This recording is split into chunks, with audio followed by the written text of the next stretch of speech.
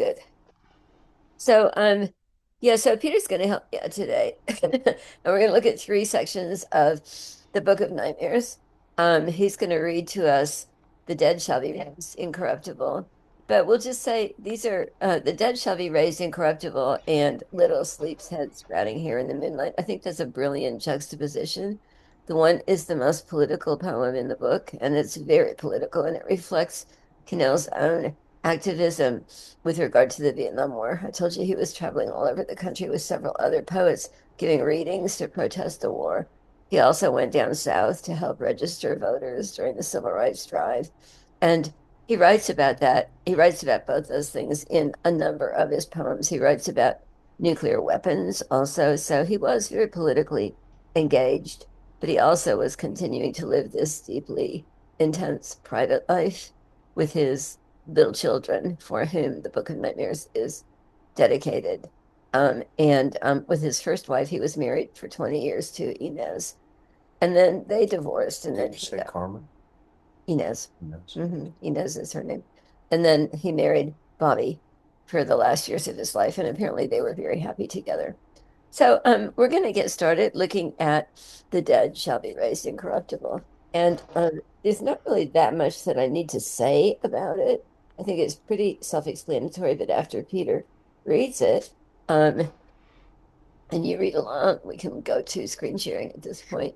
We'll just welcome any comments. Oops. Yeah, This is lastness. That's not what we need. right. I got it. It's my fault. I was so disorganized about sending out such. No, it's Here we it's go. it's just it's a little clumsy to switch when you Yeah, have I more than know. one documents, I or know. it is for me anyway. I'll be good Mostly. about Lucille Clifton, and I will be sending you guys Lucille Clifton poems later today. Okay, so here we go. Peter's going to read The Dead Shall Be Raised Incorruptible. A piece of flesh gives off smoke in the field. Carrion, caput mortuum, orts, pelf, thinks, swords, gurry dumped from hospital trash cans. Lieutenant, this corpse will not stop burning. That you, Captain? Sure, sure, I remember. I still hear you lecturing at me on the intercom. Keep your guns up, Burnsy. And then screaming, stop shooting, for Christ's sake, Burnsy. Those are friendlies. But Christ's sake, Captain, I'd already started. Burst after burst. Little black pajamas jumping and falling. And remember that pilot who bailed out over the north? How I shredded him down to catgut on his strings? One of his slant eyes, a piece of his smile, sailed past me every night right after the sleeping pill. It was only that I loved the sound of them. I guess I just loved the feel of them sparking off my hands. On the television screen, do you have a body that sweats? Sweat that has odor? False teeth clanging into your breakfast? Case of the dread? Headache so perpetual it may outlive you? Armpits sprouting hair? Files so huge you don't need a chair to sit at a table? We shall not all sleep, but we shall be changed. In the 20th century of my trespass on earth, having exterminated 1 billion heathens, heretics, Jews, Muslims, witches, mystical seekers, black men, Asians, and Christian brothers, every one of them for his own good, a whole continent of red men for living in unnatural community and at the same time having relations with the land, 1 billion species of animals for being subhuman, and ready to take on the bloodthirsty creatures from the other planets, I, Christian man, groan out this testament of my last will. I give my blood 50 parts polystyrene, 25 parts benzene, 25 parts good old gasoline to the last bomber pilot aloft, that there shall be 1 acre in the dull world where the kissing flower may bloom, which kisses you so long your bones explode under its lips.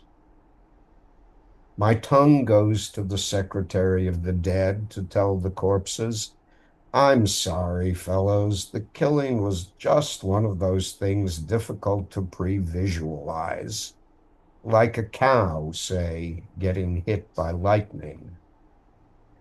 My stomach, which has digested 400 treaties giving the Indians eternal right to their land, I give to the Indians. I throw in my lungs, which have spent 400 years sucking in good faith on peace pipes. My soul I leave to the bee, that he may sting it and die.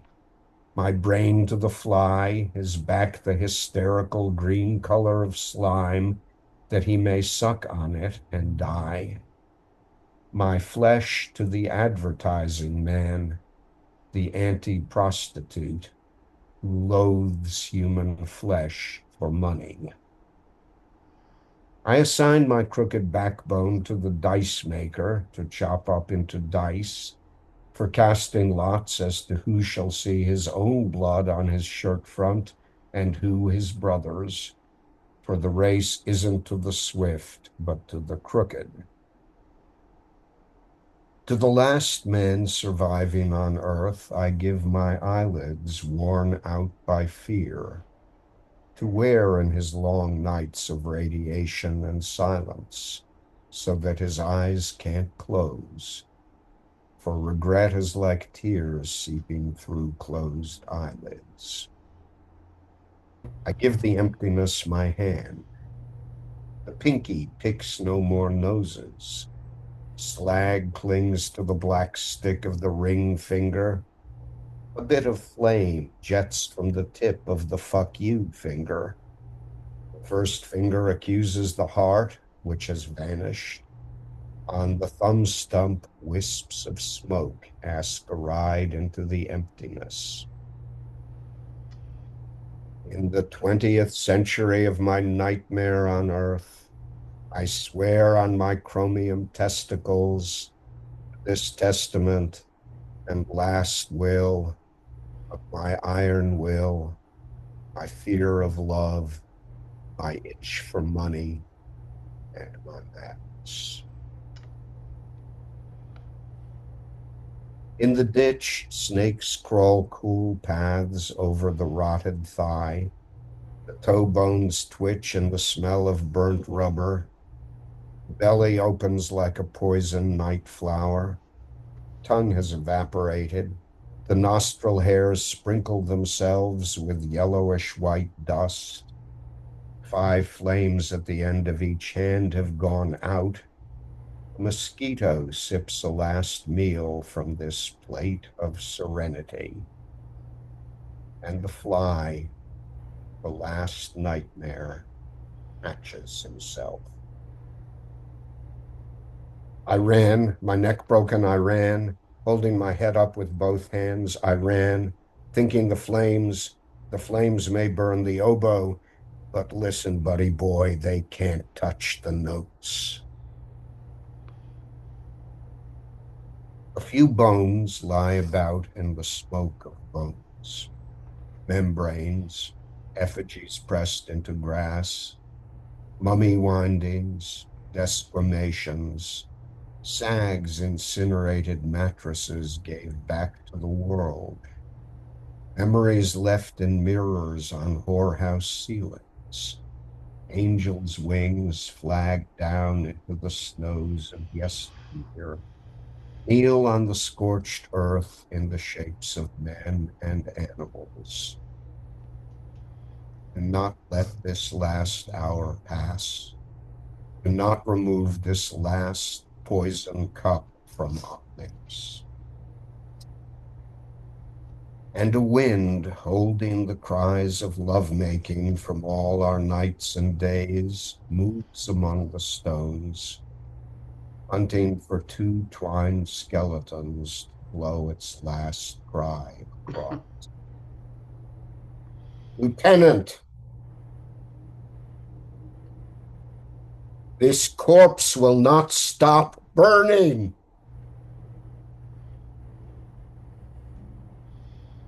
Okay, let's go up to the beginning.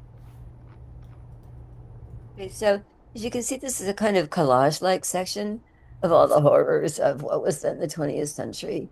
I think it's really pretty brilliant, pretty powerful. It's also a descent into, kind of the dark night of the soul, a descent into the absolute horror of what was going on politically in the 20th century, which is, of course, probably even worse now. Notice Kinnell's love for language. This is one thing that he's really known for. Right at the beginning, the words carrion. Caput mortuum is death's head. It's an alchemical term for the residue of a distillate or any worthless residue. Orts are morsels left after a meal. Pelf is money or riches. Thanks is whaled blubber refuse. Swords is filth, dregs, or refuse. Gurry is fish garbage. So he just loves these. He said like one of his missions as a poet was to kind of rescue these really physical, old words, some of them coming down from like Old English or Middle English, words for the body, words for decay, words for waste. And that's very much part of his kind of project as a poet, or part of his obsession as a poet, is to go into the dark places and bring them back out into poetry. So a piece of flesh gives off smoke in the field. Obviously, we lived through it all. The evocation of napalm, the evocation of the friendly fire, and then the craziness of people who like just got into it. He says, right? I just, I really got into it. I'd already started burst after burst, little black pajamas jumping and falling, right? The kind of glee. There's only this. I love the sound of them. I guess I love the feel of them sparking off my hands like this crazy, lost it, completely taking pleasure in the of the guns. And then switching in section 3 into another of Cannell's kind of obsessions as a poet, and is, I think, really, really witty. His detestation for modern corporate America's loathing for the body, and capitalism's making fortunes off of that loathing for the body. To have a body that sweats, sweat that has odor, false teeth, headache, armpit sprouting hair, all the things that we buy, all the television commercials telling us we should loathe our flesh, we should spend money on this, this, this. The great crack about the advertising man is the opposite of the prostitute. He loathes flesh for money, you know. Um, and then this kind of litany of kind of testimony, almost like a confession in the Catholic Church in the 20th century, my trespass on earth. And he's speaking, of course, collectively for all of us as United Statesers, having exterminated 1 billion heathens, heretics, Jews, Muslims, witches, mystical seekers, black men, Asians, and Christian brothers, every one of them for his own good. Goes on and on and on. Recipe for napalm. Um, And then the lingo that we get during wars from our officials, I'm sorry, fellows, the killing was just one of these things difficult to pre-visualize. This is what George Orwell talks about so long ago, the deceitful language that covers up abominations. Um, Uh, Go ahead. that isn't deceitful enough for Orwell. Orwell is aiming at something that hides the truth more than this remark. The killing was just one of If those It's in things. that, it's in that direction It's in that anyway. direction. Yeah.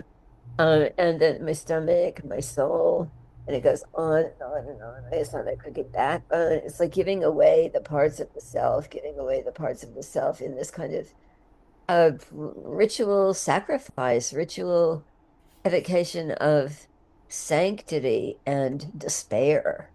Um, to the last man surviving on earth, I give my eyelids worn out by fear. I give the emptiness my hand. you know, I swear on my chromium testicles to this testament and last will of my iron will, my fear of love, my itch for money, and my madness.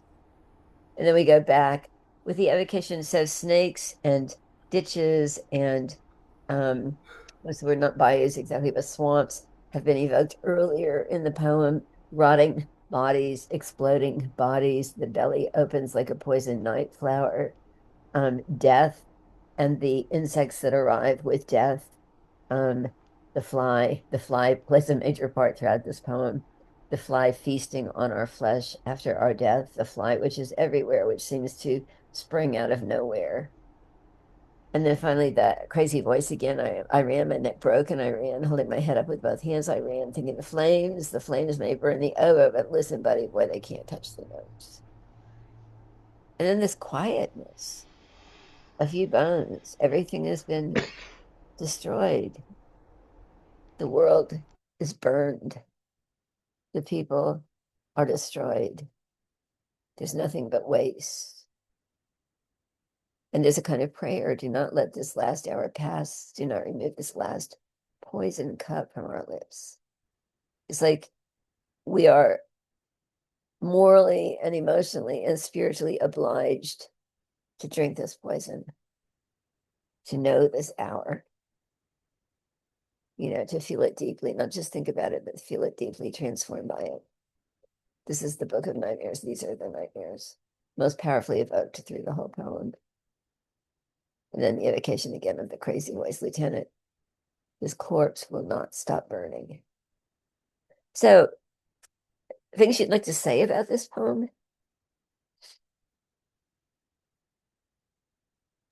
I think it's one of the most powerful anti-war pieces that I recall reading. I mean, it's really, really eloquent and powerful and emotional. And he keeps going from the sort of looking at the whole of what's going on in the world and then bringing it back to personally what he's feeling and doing and thinking. And I think it's really effective. I think it's really powerful. Yeah, I think one thing that makes it so powerful is that he's not exonerating himself, A lot of protest poetry is sort of takes a stance of like, I'm the good person and they're the bad people. What's happening is bad, and I can stand apart and comment on it. But he feels like he's completely implicit as, a human being, as a United States or As Christian as a men, Christian to man. use Yeah. his phrase. Yeah, yeah, in all of this destruction that has gone on. Oh, hi, Leslie. Glad you're here. Yeah. Gosh, and Brian, every time I look at the screen, there's more people. It's lovely. Um, yeah, other comments on this poem. Yeah, Deborah. Yeah, yeah, one of the things you just said kind of answered my question in part, because this is really moving and powerful. And I think Barry's point is well taken too, that he kind of goes from the personal to the universal almost back and forth. But he manages such a difficult topic without becoming maudlin or sentimental. And I'd like to ask you to talk about that a little bit more. I mean, I appreciate what you just said that, a lot of this protest stuff is, oh my God, I can't believe, we bombed a girls' school. How could they do that? Instead of, really talking about the fact that war is almost chronic to humanity. And I just went to Los Alamos, by the way, and they have this incredible timeline about what happened in Los Alamos and what happened, politically. And then between the two parallel timelines, they have a red line that is kind of small. And when I looked at it closely, the red line is timing the various wars that happened from 1920 30 when the timeline started up to 2026, and it's almost a solid red line. um, and it was pretty powerful, so I've been thinking about some of these topics. So yeah, my question really is, besides that he doesn't exclude himself, what keeps some of these comments from being cliche? It's amazing. Yeah. Well, I guess one thing that occurs to me is for his whole life, and especially his whole life as a poet, he's thought really deeply about death. Death is just one of his major topics. And he's thought really, really deeply about the body. He says the body makes love possible. Hmm. And so when you're writing about suffering, whether it's racial or, the war in Vietnam or the treatment of Native Americans, you're very much writing about what's done to bodies and how bodies suffer and how Hmm. bodies inflict suffering, you Hmm. know. And then you're also writing very much about death, the ubiquity of death, and the unseemliness of death. I mean, these are not people who got to die in their beds with their beloved, saying, "Oh, I can see the angels gathering around you." These are people who are mowed down as they're falling to safety on the Hmm. earth, or who are, shot to death for the pleasure of hearing the gun go off. Yeah. Um, so I think that that's part of it. It's tough. It's like it's tough poetry. It doesn't, it doesn't find pretty ways to say it. And I think part of it is just his amazing gift of language. I mean, Yeah. Cale is not afraid to sound like a poet, you know? Um, there are a lot of people, and I think to some extent I would include myself, who don't want to sound like a poet. I don't know if that's true or not about me, but I think that it's like this is high oratory in a way. Think about the fact that Cannell was so influenced by Yeats, by Rilke, by Whitman. These are guys who are not afraid to sound big. They're not afraid to sound grand, you know. And Mm-hmm. in this poem, at least, I mean, Cannell doesn't have that fear either. He really is speaking with an awful lot of authority, and a lot of authority, both as a poet in the whole poetic tradition, and as a human being in the whole tradition of people who pay attention to politics and take an active role in protesting. You Yeah. know. One thing I would add to that, I think that's really true.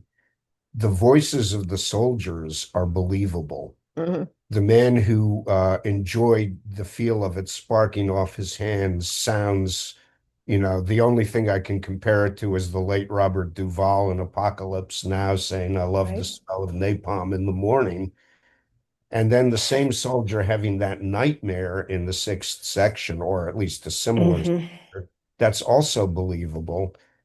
And uh, a weird thing that I think works very well is the way the poem begins and ends. Lieutenant, this corpse will not stop burning. Hmm. Is that a nightmare, or is that somebody actually facing a napalm body and freaking out about it? You don't know, but it's certainly a believable voice. Yeah. Hmm. And it Hmm. becomes a metaphor. Yeah. Of course, that won't stop burning becomes a metaphor for, you know, United States behavior altogether, Yeah. right? We've created a corpse that doesn't stop burning. Well, and it ties together that he's unrelenting. He never lets you off the hook. Yeah. Yeah. So he encapsulates it at both ends with that, you know. Yeah. Yeah. It's like, and if you think this is bad, let's talk about the American Indian, you know? Yeah, oh, yeah, yeah. And one more, yeah, yeah. Yeah. Well, But the image is still really powerful. That to be the thing to time. Sure. there Remember there the there picture is of the little girl running down the road naked, fleeing from the napalm? right. There is one lapse in that, I think, but I'd be interested in your uh, thoughts. The attack of the corp to the corporations. That's where he says it's somebody else doing this. The corporations are selling us death to the body or whatever it is. But I always reflexively think, yeah, but who's buying it? They wouldn't be selling it unless we were out there buying that stuff Yeah. and Yeah. Correct. contributing. And so I don't think I skate from responsibility by just blaming corporations. Yeah. Yeah. We're the ones buying the product, just like, well, never mind. No, that's Well, true. he says in the 20th century of my trespass on earth. That's what comes right after that humorous part. I mean, he's acknowledging that he probably buys deodorant too. Not sure if Galway Kinnell did. He may have, but I'm sure he didn't buy hair oil. Yeah. No, it is in a way, it's the most outside of him, you know what I mean? But at the same time, I think it really makes us think about not only what we do, but what is done to us, you know, the hype that we're asked to believe in and the way that we're asked to repudiate our own flesh, you know? One thing I would add to just to your comment about death, he does mention it a lot in all of his poems, but he also he never wants to. It's always present, so that even if he's talking about sex or he's talking about murdering, executing a chicken or whatever it is, there's this visceral stuff, but Yeah, there's always this it's always there. He wants you to realize it's kind of the existential thing that if you're not aware of your mortality, you're not really living life to the fullest. yeah, He does that, I think, very effectively. yeah. Yeah, yeah. There's a philosophy professor that I wanted to tell you about, Tony.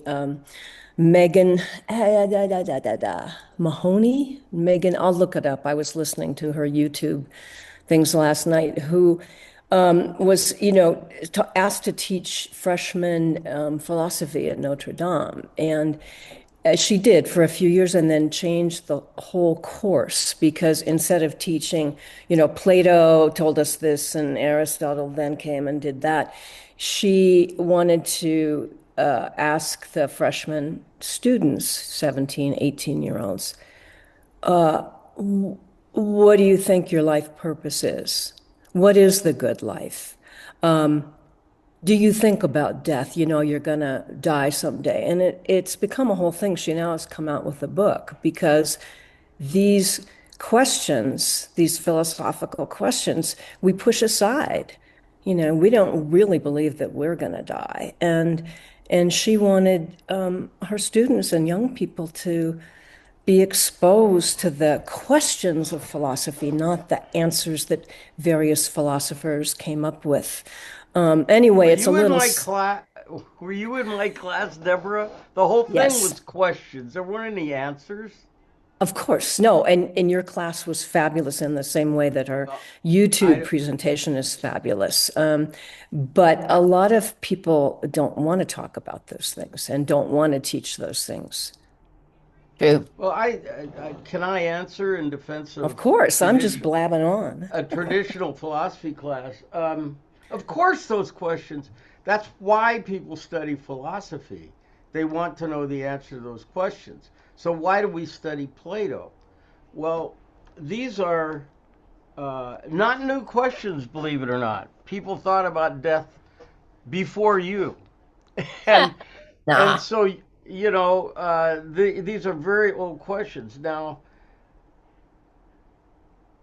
the playing field is what these guys gave us, and they're not stupid. So, what can we know? And a lot of times, it's conversations like the one you mentioned. I had a colleague at the University of New Haven who kind of taught like that, and every class was just a rap session. And I sat in literally. I mean, basically they just talked about. Well, let's talk about death today. And so you have a bunch of 18-year-olds talking about. I did it one time, and I found out the goal of many of my students was to retire in Florida. And that was the last time I did that. I didn't want to know if that is your fucking desire in life, then I don't want to hear about it. I'm going to talk about Plato. But anyway, he was very popular because everybody could just mouth off about what they thought the real truth was, and that stroked their ego. But they learned nothing. They had no knowledge when they got out of the class of anything anybody else said. All they had was their own thoughts. Well, you have those without going to school. Well, A around lot of here, the a lot of the reasons they like it is because they didn't really have to learn anything. yeah, around here, you guys probably don't live where there are bumper stickers that say when the rapture comes, no one will be driving this car. You do. Yeah. It's not just Southern. Yeah. Okay. So we're gonna move on. Wait, Okay. one thing, Okay. you probably know the answer to this. Was it Plato who said to philosophize is to learn to die? It's a Yeah, very, that's from Socrates. Yeah. yeah, but I mean in the Apology or somewhere. Uh, yeah. I can't say I know the exact Yeah. dialogue that comes from, but it is from Socrates. Yeah. So remember the story that I told you last time about when Galway Kinnell said to our little 2-month-old son, "Let me read the baby a poem." And this is what he read. Little sleep's Uh, head sprouting here. What? where are we going next, Dan? You That's want screen sharing. Yeah, screen share little sleep's head sprouting here in the moonlight. okay. Jeez. Sorry. No. Dang. No, not that one. Yeah, I know. Uh, And it's on a different document. Yeah, no, he knows that the one. the problem is that you can't really see what document you're.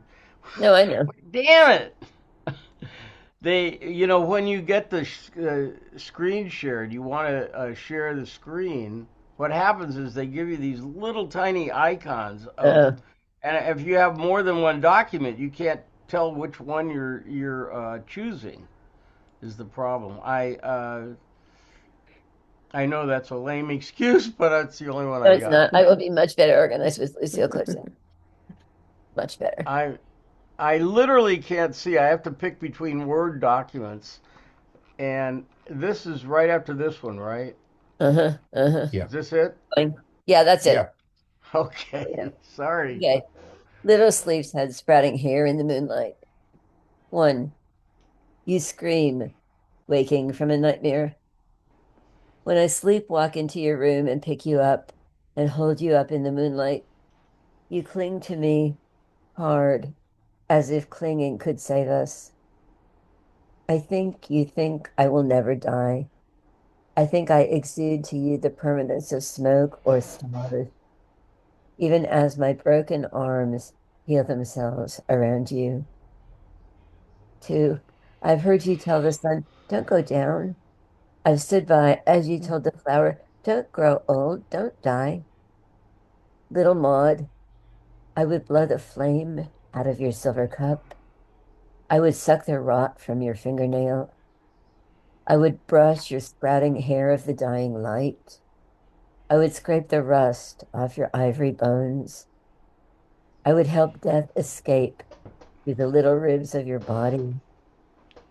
I would alchemize the ashes of your cradle back into wood. I would let nothing of you go ever until washerwomen feel the clothes fall asleep in their hands and hens scratch their spell across hatchet blades and rats walk away from the cultures of the plague and iron twists weapons toward the true north and grease refuses to slide in the machinery of progress. And men feel as free on earth as fleas on the bodies of men. And lovers no longer whisper to the presence beside them in the dark, O corpse to be. And yet perhaps this is the reason you cry. This the nightmare you wake screaming from, being forever in the pre-trembling of a house that was. Three.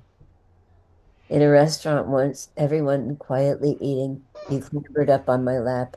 To all the mouthfuls rising toward all the mouths, at the top of your voice, you cried your one word, "Caca, caca, caca." And each spoonful stopped a moment in midair in its withering stream. Yes, you cling because I, like you, only sooner than you, will go down the path of vanished alphabets, the roadlessness to the other side of the darkness. Your arms like the shoes left behind, like the adjectives in the halting speech of old men, which once could call up the lost nouns. 4.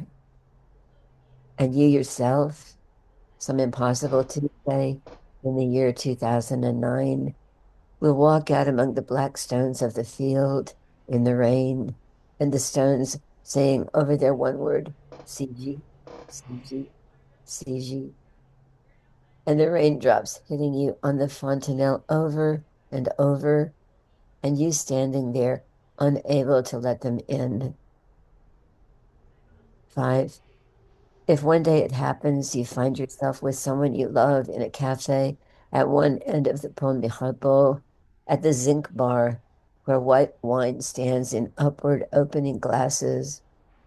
And if you commit then, as we did, the error of thinking, one day all this will only be memory, learn as you stand at this end of the bridge which arcs from love, you think, into enduring love. Learn to reach deeper into the sorrows to come, to touch the almost imaginary bones under the face, to hear under the laughter the wind crying across the black stones. Kiss the mouth which tells you, here, here is the world, this mouth, this laughter, these temple bones, the still undanced cadence of vanishing. 6. In the light the moon sends back, I can see in your eyes the hand that waved once in my father's eyes, a tiny kite wobbling far up in the twilight of his last look, and the angel of all mortal things lets go the string. 7. Back you go into your crib. The last blackbird lights up his gold wings. Farewell. Your eyes close inside your head in sleep. Already in your dreams, the hours begin to sing. Little sleep's head sprouting hair in the moonlight. When I come back, we will go out together. We will walk out together among the 10,000 things, each scratched in time with such knowledge. The wages of dying is love. That is a superbly beautiful poem. And its tenderness is just unmatched, you know. Such a poem about being a father of a baby. I mean, there's a lot written, maybe more by women about having children, having babies than by men these days.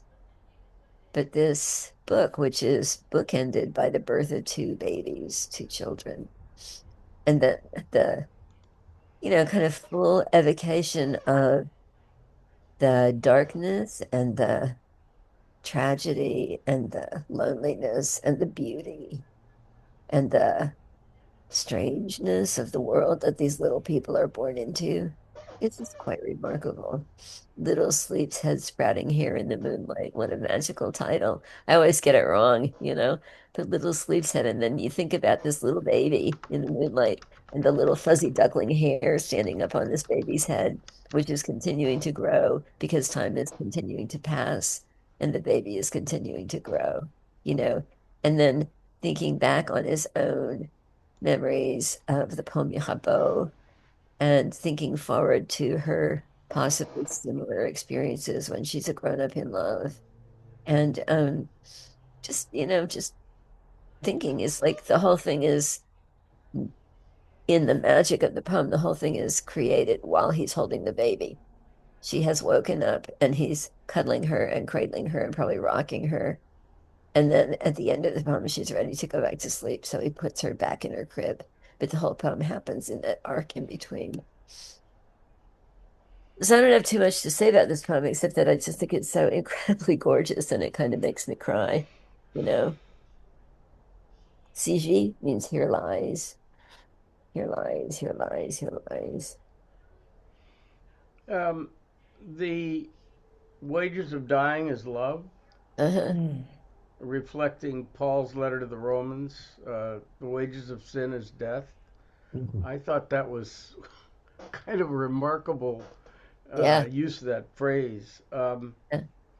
And then, if I may, one more thing about Deborah. This is the purview of the poets. This is the bailiwick of the poets, not of the philosophers. Philosophers ask, what can we really know? And they come to their limits. And I think we discussed this before. When they leave off, the poets take over. Mhm. Yeah. It's a Yeah. good way to put it. Yeah. Did I he mean, believe what, he says, am I muted or not? no, you're No, not. we can Um, hear you. Thank you, Tony. Yeah, I hear you. He says, when I come back. I mean, did he believe in No, he reincarnation just means or in an the morning. afterlife? He just meant Like tomorrow. I'm putting you to sleep. I'm putting you to bed now. And then in the morning, we'll go for a walk together. I heard it as something a little I more. know I when I think there's a return. faint suggestion of what you heard, but I hmm agree with the main Yeah. meaning is just go for a walk hmm tomorrow. Yeah. No, I Yeah, do not believe that Kinnell was a believer in Christian yeah, afterlife. Yeah. But it's quite lovely. It's like you put this little creature down in her crib and then it's like, I'll see you in the morning, and we'll go for a walk. And we'll go for a walk in this perishing landscape, you know. Other comments? Well, as a father, I can really relate to this poem. There is this feeling when you have this little child who is so helpless and totally their survival depends on you, and it just is immediately makes you aware of your mortality, and it's so touching, to see the innocence and the complete trust that these little being has in you, yeah. Yeah. that it's just heart-wrenching, Yeah. and that he captures that so well, I think. Yeah. And Cannell must have been around 40 when his first child was born. I think with an older father who's a father for the first time, it maybe is even less likely that he'll just take it for granted. Yeah. hmm Yeah. Yeah. hmm Both of our fathers were older when we were Yeah, born. that's true. And so Peter's speaking from that experience. Yeah. Yep. Um, and hmm the desperate desire to be able to suck death from your baby's body, so that your baby of all creatures in the world would not have to go through that, you know. Well, it's interesting that, right, that during this arc that he kind of goes off, in this other total different musing, that, and then it's only when he comes back to say, oh, I'm going to put you, now you're going back to sleep. I'm going to put you in your crib. It's interesting. And the arc of this poem takes you in a lot of directions you didn't expect when you started. Yeah. Like Yeah. what would you say? Well, I was, I was kind of in the image of and I can see the child, and my grandkids are the same, they're tiny things that kind of cling to the stuff. And then all of a sudden we're in Paris, you know, Oh yeah. Yeah, yeah. and then, you take your imagery to suddenly leaps into these other musings before they kind of come all the way back around. Yeah. Yeah. Yeah. Any other comments on this one, or we'll move on to the last section, lastness. Is 2009 just arbitrary, or does he have some reason for choosing that I think year? it's just I arbitrary. did too, I but think it's just arbitrary. But how weird that that's already in the distant past for us, yeah. Whereas for him it was in what seemed like the distant future. Yeah, I got to work with Cannell a couple of times. He was a pretty amazing poet and teacher. Um, Kind of no nonsense. Okay, so lastness is where he's going to tie everything up. And as I said last time, there's a kind of cast of characters in the Book of Nightmares that we meet over and over again if you read the whole thing. The Shoes of Wandering, the bear, the fire in the rain, the babies, um, the adult lover or lovers, and all of these sort of get wound together in this poem, Lastness. So this is a very self-conscious book, by which I don't mean a bad thing. I mean, it is conscious of being in 10 books, each of which is in 7 sections. It's conscious of beginning someplace, going through various kinds of arcs, and then ending someplace. It's conscious of the orders in which the books are given. For instance, it's a very highly deliberate choice that Little Sleep's Head comes right after The Dead Shall Be Raised Incorruptible as a kind of maximum juxtaposition and contrast tonally between the two sections, you know. And then we come to lastness. So he knew that he was finishing something. This poem took him 4 years to write. It took him, a lot of work. He said he worked on it for hours and hours each day, not every day, of course, but it did not just leap full formed from his brain. Lastness. One, the skinny waterfalls, footpaths wandering out of heaven, strike the cliffside, leap, and shudder off. Somewhere behind me, a small fire goes on flaring in the rain, in the desolate ashes. No matter now whom it was built for, it keeps its flames. It warms everyone who might wander into its radiance. A tree, a lost animal, the stones, because in the dying world, it was set burning. And I'll just comment parenthetically, this book itself is that fire that he has set burning.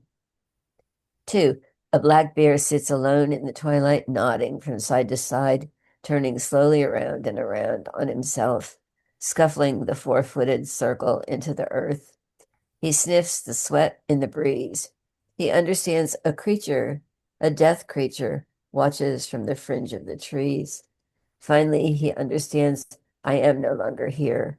He himself, from the fringe of the trees, watches a black bear get up, eat a few flowers, trudge away, all his fur glistening in the rain.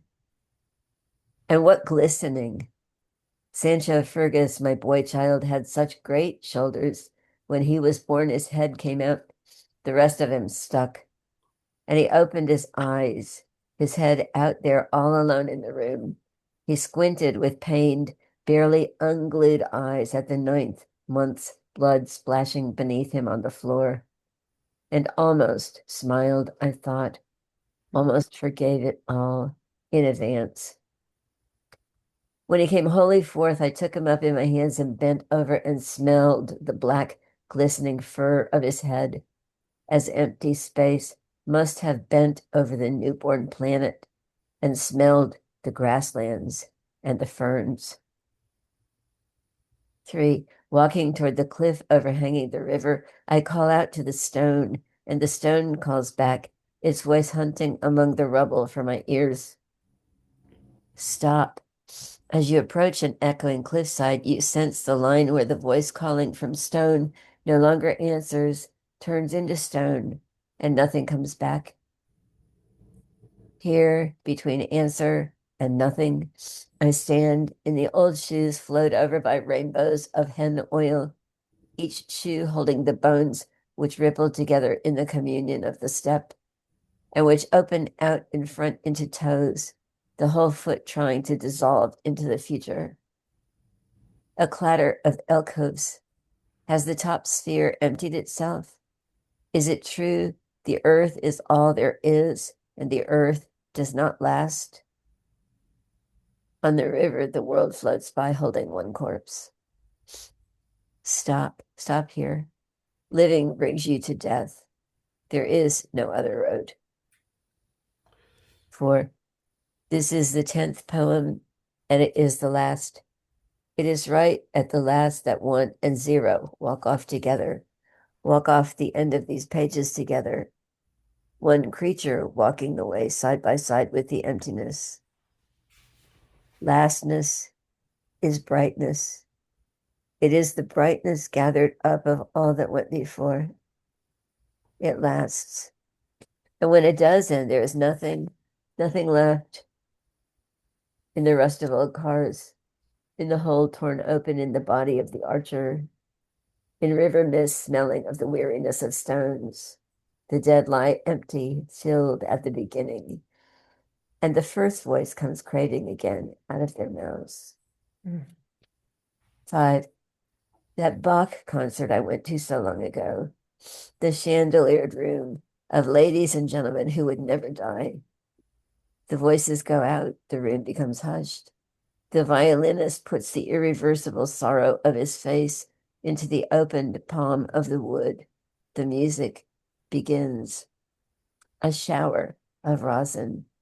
The bow hairs listening down all their length to the wail, the sexual wail of the back alleys and bloodstrings we have lived, still crying, still singing from the sliced intestine of cat. 6. This poem, if we shall call it that, or concert of one divided among himself, this earthward gesture of the skydiver, the worms on his back still spinning forth and already gnawing away the silks of his loves. Who could have saved him? This free floating of one opening his arms into the attitude of flight as he obeys the necessity and falls. 7. Sancho Fergus, don't cry, or else cry. On the body, on the blued flesh, when it is laid out, see if you can find the one flea which is laughing. So remember in the Henflower, there's that image of the crucifix falling down through space. And I said that's like the body lying face down on a bed with its arms stretched out. And here we come back again to that image, the earthward gesture of the skydiver, the free floating of one opening his arms into the attitude of flight as he obeys the necessity and falls. So that's that image of sort of falling forever through eternity, like a crucifix, but there is no, he says, this world is all there is. But at the same time, at the end, there's the beginning. There's the first voice coming craving again out of the mouths of the dead. So it's more like a kind of eternal return, that things are not just death, there's also birth. This book is very much a poem of birth as well as death. It's just that within birth there is death, within death there is birth. It's a couple of things that are famous about this last part. People say this poem, if we shall call it that, it's like, well, what do you mean this is a poem? He says what I mean is what Whitman meant when he said, who touches this touches a man. So like it's not just a poem, it's my whole being. He says, I'm not denigrating it as a poem. I'm saying this is what I am. This is all of me, you know. And then also that really famous image of the laughing flea at the very end. He says, "What? See if you can find the one flea which is laughing." Kind of surreal image, Dada-esque image, but there's something that rejoices even in the midst of all this devouring and all this woe. So, comments from, especially from those of you who haven't been talking. Just want to say one small thing. He doesn't say the earth is all there is. He says, is it true the earth is all there is, or Yeah, the earth does not last? yeah. So I think it's an open question. I mean, he's certainly not an Orthodox Christian, Catholic, or otherwise, but it doesn't seem to me that he's exactly a non-believer either. Somewhat like Lowell, he seems suspended between Mm. possibilities. Well, he didn't convert and deconvert the way Lowell No, I did. mean, Lowell's trajectory is very different, but when Yeah, you get to the mature Lowell, uh, churches keep reappearing, and many things keep reappearing in Lowell's poems. He never commits himself to any dogmatic statement. Even yeah, when he was a Catholic, he tended to be apocalyptic rather than dogmatic. But he also does not reject it all. That's all I'm saying. I yeah, agree they're very different men and very different lives. yeah.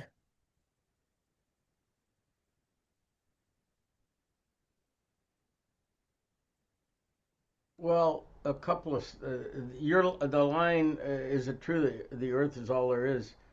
To me, it was is he's talking about something incomprehensible. Like life is also all there is. You get these 70 years and then you're dead for infinity. Yeah. That's just hard to comprehend. And is it true the earth will in a billion years, or I can't remember how many numbers, be burned up in the sun and cease to exist. Uh, that and just be reduced to atoms. Yeah. And Yeah. that's also just an incomprehensible thing. My favorite, it might be my favorite line of the term is the line about the smiling newborn who forgives it all in advance. Yeah. Yeah. What a line that is. Oh Yeah. my God. Yikes. Yeah, it's beautiful. Yeah, I have a great story about that 4 billion years. Apparently, John Dewey was giving a lecture once, and he said to the audience, the Earth will end in 4 billion years. And this woman gasped and raised her hand. And he said, Yes, madam, what is it? And she said, What did you say? And he said, I said the Earth will end in 4 billion years. And she said, Oh, thank God, I thought you said 4 million.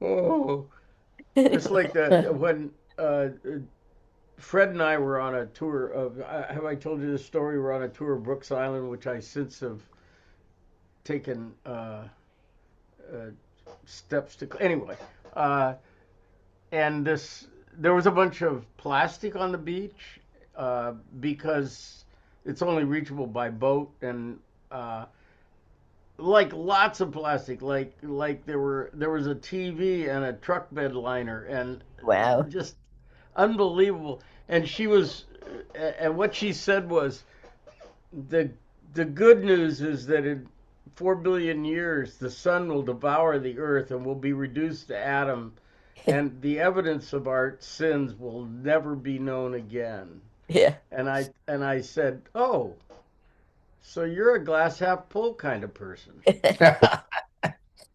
Yeah, that's funny. Great. Well, any final Leslie or Brian, my quiet ones Well, today? I apologize for my silence, but this time I neglected to read in advance, That's okay. and I find it difficult to to understand a poem from it being read or even through the first reading, and so I have very little to contribute. That's And okay. there it All was. right. It doesn't stop me, Brian. Yeah, I know. You could just go, oh my God. Well, I was amused by the discussion of napalm then, when my when Pearl Harbor was attacked. My uncle was teaching chemistry at the University of Hawaii, Hmm. and he joined the army, and they sent him overseas to the chemical warfare division. As it happens, it was up the road in Schofield Barracks, Wow. and so he and his crew helped weaponize napalm, Oh God. and his house was across the street. And so he went home for lunch and started a large family during the war. But so I was reminded of that. But that's um, that's a story that's not really implicit in the poem. Yeah. But it's interesting how these things evoke Yeah. Yeah. Mhm, memories. mhm, mhm, Absolutely. Absolutely. mhm. My excuse is somewhat similar. I got home at midnight last night, having been in an entirely different world, and I'm just my brain's trying to catch up with where I am. And I didn't get a chance to look these over, but there were a lot of things that I've marked that I want to go back to and think about. So Super. Well, Lucille Clifton is about as different from Galway Kinnell as could be, except that they were both dear friends with each other. She regularly would go teach at the Community of Writers poetry workshops, which he founded with Sharon Olds. And she Oh, was a really beloved and revered presence there. I mean, she was one of the poets that I really grieved when she died. She was just wonderful. Um, and her poems are very short. You'll see them. They don't use capital letters. They don't use punctuation. And she writes out of quite a different world from the world of Galway Kinnell. But I really think that you will like her poems and remind me to tell you a funny story about teaching at Parchman and teaching Lucille Clifton at Parchman. Okay? So I will see you thank Thursday. you. Bye-bye. Thank you. Thanks for being here. Right.